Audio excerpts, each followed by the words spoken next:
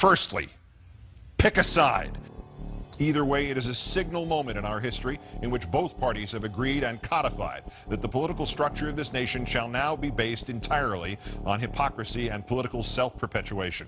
They demand the repeal of amendments they don't like and the strict interpretations of the ones they do when, in times of crisis, then and now, the economy turns out to be comprised entirely of a bunch of rich people who will sit on their money no matter if the country starves. Our own history proves that at a time of economic crisis, if the businesses aren't spending and the consumers aren't spending, the government must spend. The rich and the corporations are thus indemnified again and given more money not merely to spend on themselves and their own luxuries, but more vitally, they are given more money to spend on buying politicians, buying legislatures, buying courts, buying entire states, all of which can be directed like so many weapons.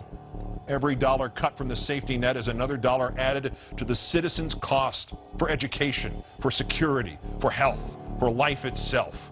It is another dollar he can't spend on making a better life for himself, or at least his children. It is another dollar he must spend instead on simply keeping himself alive.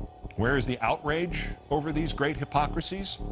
Do you expect it to come from a corrupt and corrupted media? Do you expect it will come from the great middle ground of this country, with a population obsessed with entertainment, video games, social media, sports, and trivia? Do you expect it from politicians themselves who will merely calculate whether or not it's right based on whether or not it will get them more contributions? It will do no good to wait for the media to suddenly remember its origins as the free press, the watchdog of democracy envisioned by Jefferson. They are too busy trying to get exclusive details about exactly how the bank robbers emptied the public's pockets to give a damn about telling anybody what they looked like or which way they went.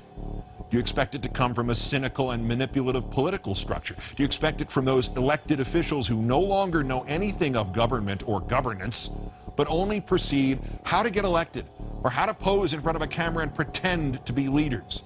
We have in this deal declared that we hold these truths to be self-evident, that all political incumbents are created equal, that they are endowed by their creator with certain unalienable rights, that among these are renomination, re-election, and the pursuit of hypocrisy. Where does it say in the Constitution that the two houses of Congress can, in effect, create a third house to do their dirty work for them? It will do no good to wait for the politicians to suddenly atone for their sins. They're too busy trying to keep their jobs to do their jobs. Now, this ever more institutionalized economic battering of the average American. They can't hear the clue through all the chatter and scandal and diversion and delusion and illusion.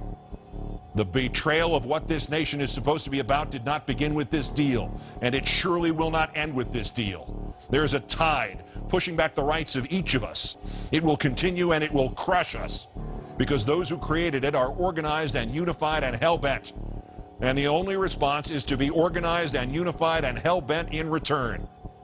Where is the outrage to come from? From you. First, you've got to get mad.